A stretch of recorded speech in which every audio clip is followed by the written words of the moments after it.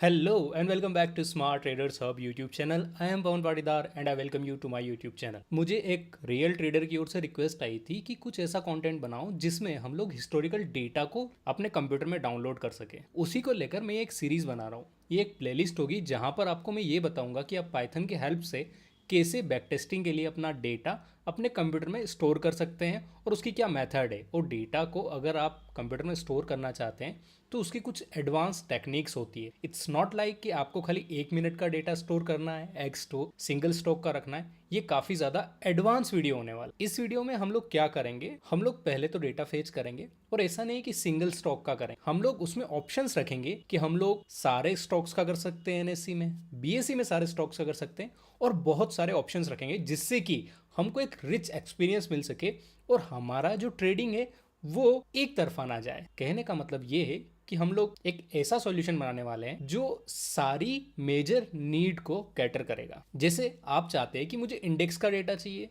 तो आपको इंडेक्स का डेटा मिलेगा और एक टाइम फ्रेम का नहीं, सारी टाइम फ्रेम का मिलेगा। और अगर आप चाहते हैं कि उसके साथ मुझे वॉल्यूम की इन्फॉर्मेशन भी मिले, वैसे तो इंडेक्स में वॉल्यूम की इन्फॉर्मेशन उपलब्ध नहीं है इस मेथड में, but there are other ways to get it and that also I will tell you अगर आप कमेंट में पूछेंगे तो। अब आप पूछेंगे कि इसकी जरूरत क्या पड़ती है। जो सीरियस ट्रेडर है वो क्या करते हैं, बैक टेस्ट करते हैं अपने स्ट्रैटेजी को। और जब आपके पास डेटा होगा तभी तो आप बैक टेस्ट कर पाएंगे। चार्ट पर आप कितना ही बैक टेस्ट कर सकते हैं, ज्यादा नहीं कर सकते, बट जब आपके पास एक्सेल में या कहीं पर डेटा स्टोर होगा, let it be SQL format, तो आप उस डेटा को एक्सट्रैक्ट कर पाएंगे और अपनी सारी स्ट्रेटजीज उसके ऊपर इंप्लीमेंट कर पाएंगे। तो बेसिकली अगर आप इस चीज को समझ लेते हैं तो आपको ये हो जाएगा कि आपको सारा डेटा मिल गया, उसके ऊपर आप अपनी सारी strategies one by one test कर सकते। तो वैसे मैं सोच रहा था कि यार क्यों ना मैं इसको 2-3 पार्ट में बनाऊं, तो फिर मैंने बोला पहले अपन एक चीज बना लेते हैं कि यार अगर इस पे अच्छा रिस्पॉन्स आए ना तो फिर हम आगे भी जाएंगे। पहले तो हम बैक टेस्टिंग के लिए सारा डेटा कलेक्ट करेंगे और उसको अपने लोकल कंप्यूटर में स्टोर करेंगे और उसमें हम इतना ज़्यादा एडवांस जाएंगे कि अगर हम वो प्रोग्राम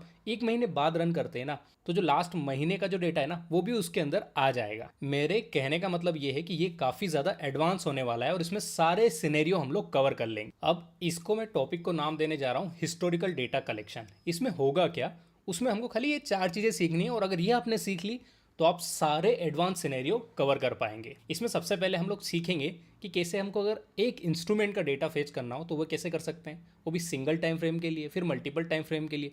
फिर हम देखेंगे कि अगर एक सेगमेंट के सारे स्टॉक्स का डेटा फेच करना हो तो वो कैसे कर सकते हैं। फिर हम लोग वेरियस सिनेरियो कवर करेंगे। तो बेसिकली हम लोग इसमें 4 चीज़ें कवर करने वाले हैं। पहले तो हमको पता है कि हिस्टोरिकल डेटा हमको अगर किसी का अचीव करना है, मैं यहाँ बेसिकली यूज़ करूँगा काइट, मतलब जीरोधा का अकाउंट। ये बिल्कुल फ्री में होने वाला है क्योंकि यहाँ पर हम लोग कोई भी चार्ज पे नहीं करने वाले। ये मेथड थोड़ी सी एडवांस मेथड है और आप पे करके करना चाहें तो वो भी आप कर सकते हैं, बट मैं उन ऑडियंस को टारगेट लेके चल रहा हूँ जो सीरियस है अपने ट्रेडिंग को लेकर, रियल सीरियस है और वो चाहते हैं कि हम कुछ करें ट्रेडिंग में वाकई। तो अगर आपको हिस्टोरिकल डेटा फेच करना हो तो आपको एक ही चीज याद रखनी है, शकला का बूम बूम नहीं नहीं नहीं, काइट डॉट हिस्टोरिकल। अगर आपने इतना याद रख लिया तो आपको सारा डेटा फेच हो जाएगा। ये बेसिकली पाइथन का कोड है। तो मैं आपको यहाँ पर सिस्टम पे बता देता हूँ। जैसे ही आप लिखेंगे काइट डॉट हिस्टोरिकल, फिर आपको पैरेंथेसिस लगा। अब कुछ लोग बहुत ज़्यादा कंफ्यूज रहते हैं कि ये पैरेंथेसिस क्या है। ये ब्रैकेट का एक फॉर्म है। अभी के लिए ऐसा बोल दीजिए कोष्टक लगाना है, ये वाला कोष्टक, और उसके बाद आपको इंस्ट्रूमेंट टोकन पास करना है। आप उतना ज़्यादा वरी मत होइए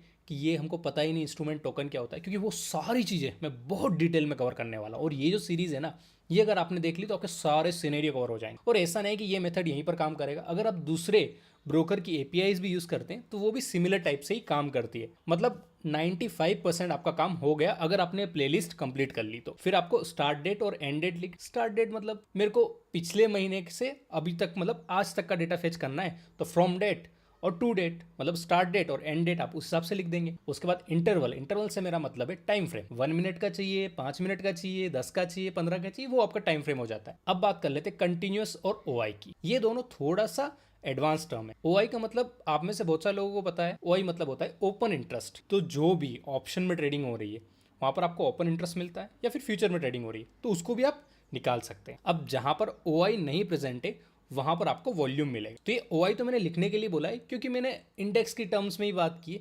आप इसको वॉल्यूम की तरह ही ट्रीट कि अगर आपने इसकी वैल्यू 1 कर दी तो आपको वॉल्यूम या फिर ओपन इंटरेस्ट का डेटा मिलेगा। अभी कुछ लोग सोच रहे होंगे कि हमने इस कंटिन्यूअस को तो एड्रेस किया ही नहीं। कंटिन्यूअस का मतलब ये होगा कि जो भी डेटा आपको पर्टिकुलर स्टॉक का मिल रहा है वो आपको उसका फ्यूचर का डेटा मिल रहा है। अब जैसे मैं बता देता हूं कि अभी आज का जो इंस्ट्रूमेंट टोकन है और 3 साल पहले का जो इंस्ट्रूमेंट टोकन है फ्यूचर का, वो दोनों डिफरेंट होंगे, क्योंकि उस टाइम पे क्या यूज किया होगा, अभी क्या यूज किया होगा, वो सब अलग होगा। हो सकता है स्टॉक्स का सेम हो, क्योंकि 3 साल से सेम ही स्टॉक है, तो उसका इंस्ट्रूमेंट टोकन सेम ही होगा, क्योंकि इंस्ट्रूमेंट टोकन कौन इश्यू करता है, ये इश्यू करता है हमारी सेबी। अब जब हमको कंटिन्यूस डेटा फेच करना पड़ता है तो हमारे पास सारे टोकन की लिस्ट नहीं होती है, तो हम इसकी वैल्यू को 1 रख देते हैं, तो ये आज मतलब इस महीने का इंस्ट्रूमेंट टोकन लेगा और उसके बेसिस पे प्रीवियस जितने भी मंथ है उसमें फ्यूचर का प्राइस क्या था उस पर्टिकुलर स्टॉक का या फिर इंडेक्स का, उन सबको फेच करके देगा। अब हम कुछ चीजें समझ लेते हैं कि जो URI पैरामीटर्स है जो पैरेंथेसिस के अंदर थे वो थे क्या। मैंने आपको बताया था कि पैरेंथेसिस मतलब कोष्टक, मतलब ब्रैकेट। अब ब्रैकेट कोई एक टाइप का नहीं होता है, यहाँ पर टोटल मिला के 4 टाइप के ब्रैकेट डिस्कस किए जाते हैं प्रोग्रामिंग की लैंग्वेज। पहला होता है पैरेंथेसिस, जो कुछ ऐसा दिखता है। ओके, ये फंक्शंस के लिए यूज किया जाता है, ये ग्रुपिंग के लिए यूज किया जाता है और टपल्स के लिए भी यूज किया जाता है। अगर आप पाइथन में इसको लिखेंगे तो आप ऐसे लिखेंगे, प्रिंट पैरेंथेसिस में हेलो। और पाइथन सबसे सिंपलेस्ट लैंग्वेज है, तो मैं उसी का यूज करूंगा ताकि यहाँ पर जो लोग नए भी हैं वो भी उसको सीख पाए, और इसके लिए आपको कोई ज्यादा एडवांस नॉलेज होने की आवश्यकता नहीं है। अब बात कर लेते हैं स्क्वायर पैरेंथेसिस की। स्क्वायर आपको पता होता है ना, उसके 4 कॉर्नर होते हैं और जो चारों कॉर्नर होते हैं ना वो काफी ज्यादा शार्प होते हैं, तो उस पैरेंथेसिस में भी अगर शार्प कॉर्नर वाला आपको पैरेंथेसिस मिल जाता है तो उसको हम बोलेंगे स्क्वायर पैरेंथेसिस। इसको लिस्ट इंडिकेट करने के लिए यूज किया जाता है, इंडेक्स के लिए यूज किया जाता है, अरेस और स्लाइसिंग के लिए भी यूज किया जाता है। उसका एक एग्जाम्पल मैंने यहाँ लिख रखा है, माई लिस्ट, और फिर स्क्वायर ब्रैकेट के अंदर मैंने 1 लिख दिया है। अब बात कर लेते हैं करली ब्रैकेट। करली ब्रैकेट बहुत सारी जगह यूज होता है, अलग अलग प्रोग्रामिंग लैंग्वेज में यूज होता है, और ये कुछ हमारे इसमें बोलते हैं ना मजला ब्रैकेट या फिर कुछ ऐसा ही कुछ नाम था करली ब्रैकेट का, मैं हिंदी का नाम भूल गया हूँ। अगर आपको पता है ना तो कमेंट सेक्शन में जरूर बताइएगा। ये बेसिकली डिक्शनरी को रिप्रेजेंट करने के लिए यूज होता है, सेट्स को रिप्रेजेंट करने के लिए यूज होता है, ब्लॉक ऑफ कोड को रिप्रेजेंट करने के लिए यूज होता है। और अगर आप डिक्शनरी में की और वैल्यू लिखते हैं ना तो कुछ इस प्रकार से की एंड वैल्यू, इस तरीके से आप रिप्रेजेंट कर सकते हैं। अब बात कर लेते हैं एंगल ब्रैकेट की। एंगल ब्रैकेट सब जगह तो नहीं यूज होता, बट ये टेम्पलेट्स, HTML और कंपेरिजन के लिए यूज होता है। बेसिकली जब कंपेरिजन के लिए यूज होगा तो ये ऐसे यूज होगा कि greater than equal to, less than equal to के लिए, और टेम्पलेट्स में बहुत सारे टैग होते हैं HTML में, उनको रिप्रेजेंट करने के लिए ये यूज होता है। जैसे अगर आपको जैसे आपको div करके ऐसे लिखेंगे तो ये HTML में यूज होगा। बेसिकली पाइथन में हम लोग इसको ज़्यादा यूज़ नहीं करने वाले थे, इसलिए मैंने ज़्यादा डिटेल में नहीं बताया, बट जिन लोगों को डिटेल में जानना था उनको भी मैंने थोड़ा तो आइडिया दे दिया है, ताकि वो कभी भी इन चीज़ों को देखे तो इमीजिएटली समझ पाए कि क्या चीज़ है। आप इसका स्क्रीनशॉट लेके रख सकते हैं ताकि आपको आगे मदद मिल जाए। अब URI में जो पैरामीटर्स थे वहाँ था इंस्ट्रूमेंट टोकन, मैंने आपको बताया था, मैं आगे जाके समझाऊंगा। अब इंस्ट्रूमेंट टोकन, यहाँ पर एक लिंक है, ये वाली लिंक पर जाएंगे अगर आप तो आपको सारे इंस्ट्रूमेंट टोकन मिल जाएंगे, और मैं आपको एक शॉर्टकट मेथड बता दूंगा ताकि आपको ये लिंक भी एक्सप्लोर करने की जरूरत नहीं पड़ेगी, ये सब ऑटोमेटिकली होगा आपके प्रोग्रामिंग लैंग्वेज। उसके बाद आ जाते हैं इंटरवल। मैंने आपको बोला था ना कि आपको 1 मिनट का डेटा एक्सेस करना है या फिर 3 मिनट का, बट आप कैसे पता करेंगे कि 1 मिनट, 2 मिनट, 3 मिनट, 4 मिनट? तो ऐसा नहीं होता कि सारे इंटरवल का डेटा जो API है वो स्टोर करके रखता है, उन्होंने कुछ स्टैंडर्ड बना रखे हैं और उनका ही वो लोग स्टोर करके रखते हैं। जैसे अगर आप पर्टिकुलरली जीरोधा की बात करें, और मेजर जो ब्रोकरेज APIs है वो भी यही चीज करती है, 1 मिनट का, 3 मिनट का, 5 मिनट का, 10 मिनट का, 15, 30 एंड 60 मिनट्स एंड डे, ये कुछ टाइम फ्रेम है जिनका डेटा वो लोग स्टोर करके रखते हैं। अगर आपको और भी डेटा डिराइव करना हो तो आप मिनट की कैंडल से उस डेटा को भी डिराइव कर पाए। अब जैसा कि हमने URI पैरामीटर को समझ लिया है, अब हम लोग ये देख लेते हैं कि रिक्वेस्ट पैरामीटर्स क्या होते हैं। रिक्वेस्ट पैरामीटर्स मतलब कहाँ से कहाँ तक का डेटा चाहिए, हमको फ्यूचर का डेटा चाहिए या फिर करंट स्टॉक के प्राइस का डेटा चाहिए, हमको OI का डेटा चाहिए, OI मतलब वॉल्यूम का डेटा चाहिए, ये सब चीज़ें आप इसमें इनपुट दे सकते हैं। अब जब आप इनपुट देते हैं तो क्या होता है, आप डेट को कैसे लिखते हैं? कुछ लोग बोलेंगे मैं लिखता हूँ 1 जनवरी 2024, कुछ लोग बोलेंगे मैं लिखता हूँ January 1, 2024, वहीं पर कुछ लोग बोलेंगे मैं तो सिंपल सा एक चॉइस लिख देता हूँ। तो ये सब अलग अलग फॉर्मेट हो गए ना, तो ये पर्टिकुलर चीज़ है वो कौन सा फॉर्मेट लेता है वो मैं यहाँ पर बता रहा हूँ। ये जो फॉर्मेट लेता है वो लेता है 4 times Y डैश MM-DD। ये आप आवर्स, मिनट और सेकेंड्स नहीं भी लिखेंगे तो चल जाएगा, और मैं चाहूँगा भी नहीं आप इतनी ज़्यादा निटिग्रिटी में जाए, और आपको इतना ज़्यादा याद रखने की ज़रूरत नहीं है। आपको बस ये फॉर्मेट याद रख लेना है कि फ्रॉम और टू में जो अपन पैरामीटर्स पास कर रहे हैं, मतलब जो डेटा लिख रहे हैं, जो डेट लिख रहे हैं, वो किस फॉर्मेट में लिखनी है। उसके बाद कंटिन्यूस की और OI की 2 ही वैल्यू होती है, एक 0 एक 1। 0 मतलब फॉल्स, मतलब हमको ये सब चीज़ें नहीं चाहिए। 1 का मतलब हाँ हमको चाहिए ये चीज़, और वो क्या थी वो मैंने ऑलरेडी आपको सिखा दिया है। अब हमने इतनी चीज़ें एक साथ कवर कर ली, मतलब आपको कितना नॉलेज आ गया और आपको ज़्यादा पढ़ना भी नहीं पड़ा।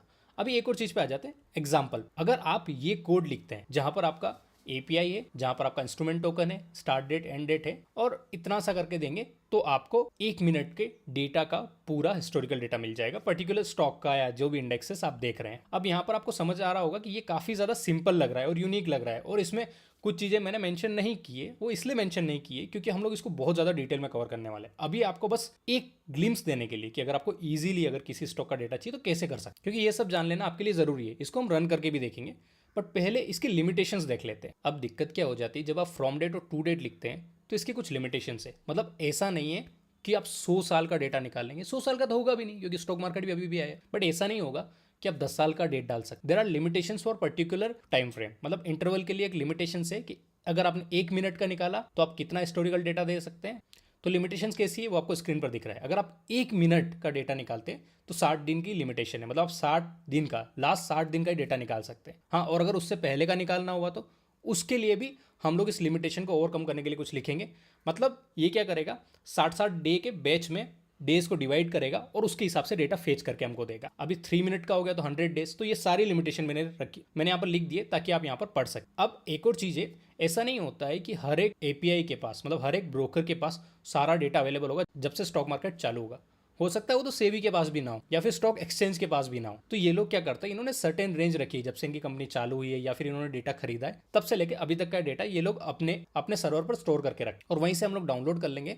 और एक बार डाउनलोड होने के बाद बस हम उसको अपडेट करते जाएंगे ताकि बार बार हमको डाउनलोड ना करना पड़े, क्योंकि अगर आप सारे इंस्ट्रूमेंट का डेटा डाउनलोड करने गए तो आपको हफ्तों लग जाएंगे। अब सेकंड लिमिटेशन ये आ जाती है कि जब भी आप डेटा फेच करने जाते हैं तो आप सोचते हैं कि मैं इंडेक्स में जितने भी स्टॉक्स है सबका डेटा फेच कर लूँ या फिर पर्टिकुलर सेगमेंट का डेटा फेच कर लूँ। तो इस कोड को हम कुछ इस प्रकार बनाएंगे कि उस सेगमेंट में से सारे स्टॉक्स और सब चीज़ें निकाल के उनका डेटा फेच करेगा। अब प्रॉब्लम क्या होती है, जो हमारा काइट डॉट हिस्टोरिकल है ना, वो इंस्ट्रूमेंट टोकन लेता है, वो ट्रेडिंग सिंबल नहीं लेता है। तो हमको क्या करना पड़ेगा, ट्रेडिंग सिंबल लेना पड़ेगा और उससे फिर टोकन निकालना पड़ेगा। मतलब जैसे निफ्टी 50 का आपको हिस्टोरिकल डेटा चाहिए तो हम निफ्टी 50 नहीं लिख पाएंगे, उसके करस्पॉन्डेंट जो इंस्ट्रूमेंट टोकन होगा वो लिखेंगे। उसकी मेथड रहेगी, उसका पूरा कोड मैं आपको बता देता हूँ। अभी हम लोग थ्योरी डिस्कस कर लेते हैं। अब बात कर लेते हैं fetching data across time frames. अब हमको इसको लूप करना पड़ेगा। एक बार के लिए ये निफ्टी का 1 मिनट का डेटा फेच कर रहा है, फिर उसमें हम सारे इंटरवल्स मेंशन कर देंगे, 1 minute, 3 minute, 5 minute, 10 minute, 15 minute.